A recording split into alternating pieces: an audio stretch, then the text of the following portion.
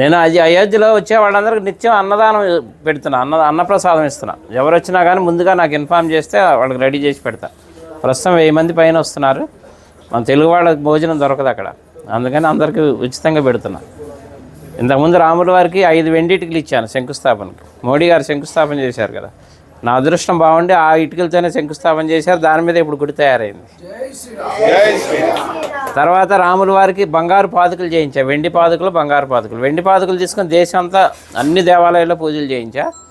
బంగారు పాదుకలు తీసుకొని రాముల వారి రామేశ్వరం నుంచి అయోధ్య వరకు నడిచి వెళ్ళాను.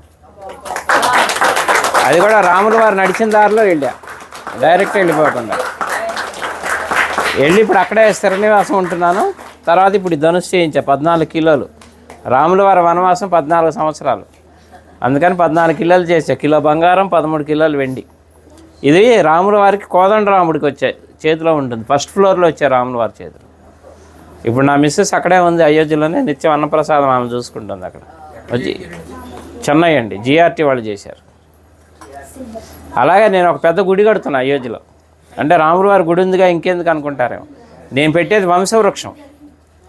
బ్రహ్మ దగ్గర నుంచి లవకుశుల తర్వాత కూడా 20 మంది ఉన్నారు, ఇంకా మొత్తం 64 మంది. తర్వాత సీతమ్మ వారి వంశం, చంద్రవంశం, సూర్యవంశం, చంద్రవంశం, మొత్తం 450 విగ్రహాలు వస్తాయి. అంటే రాముల వారి వంశంతో పాటు రాముల వారికి అనుబంధం ఉన్న ఎవరెవరు ప్రముఖ వ్యక్తులు, మహా ఋషులు ఉన్నారు కదా, 7 ఋషులు, వాళ్ళకి ఎవరెవరు సాంగత్యం ఉందో అందరు విగ్రహాలు పెట్టిస్తున్నా. ఎందుకంటే మన ముందు తరాలు వాళ్ళకి తెలియాలి రాముల వారి వంశవృక్షం అంతా. అందుకని శాశ్వతంగా ఉండాలని పెద్ద స్థలం కూడా తీసుకున్నా, ఒక 5 ఎకరాలు అక్కడ పెడుతున్నాను. 5 సంవత్సరాల ప్రాజెక్ట్, అది రెడీ చేస్తున్నా.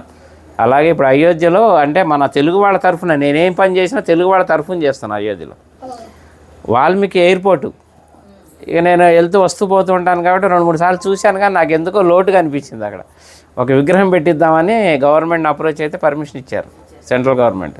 16 అడుగుల వాల్మీకి విగ్రహం పెడుతున్నాను. ఆ విగ్రహం కూడా రెడీ అయిపోతుంది ఇప్పుడు. అది కూడా ఎవరన్నా సహకరించినా కానీ తీసుకుంటున్నా. ఎందుకంటే భక్తి నాకు ఒక్కడికే కావాలని కాదు, పుణ్యం అందులో అందరినీ భాగస్వాములు చేయాలి, ఎందుకంటే దైవ కార్యం. అందుకని ఎవరన్నా చేస్తే వీళ్ళు ఉన్న వాళ్ళు చేయొచ్చు. అనుగ్రహం మొదలుపెట్టాను, వర్క్ జరుగుతుంది ఫాస్ట్గానే. మార్చి, ఏప్రిల్లో విగ్రహ ప్రతిష్టాపన అయోధ్యలో. అట్లా అన్ని కార్యక్రమాలు మీరు ఎవరు ఎప్పుడు వచ్చినా కానీ నాకు చక్కగా నాకు ఫోన్ చేస్తే ముందుగా అన్ని ఏర్పాట్లు చేస్తారు. రూములు కావాలన్నా అక్కడ 48 రూములు కూడా కట్టబోతున్నాను. వచ్చేవాళ్ళు ఇప్పుడు ఉన్నాయి, ప్రస్తుతానికి 4-5 ఆశ్రమాలు తీసుకున్నాను, మన హ్యాండ్ ఓవర్లో ఉన్నాయి. ఎవరు వచ్చినా అకామిడేషన్ అది ఏర్పాటు చేస్తారు అయోధ్యలో.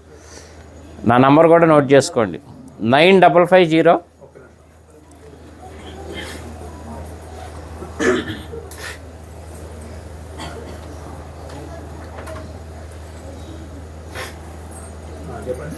9550 754 389.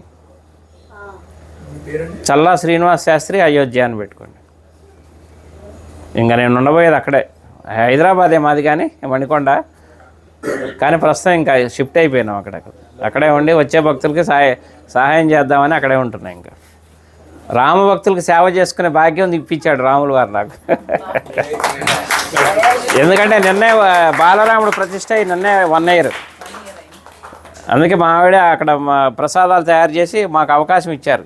ఇప్పుడు 6 రోజులు మొత్తం లోపల ప్రసాదాలు పంచే అవకాశం కూడా ఇచ్చారు. నిన్న మొదలైంది కార్యక్రమం, అందరికీ వినియోగిస్తున్నాం.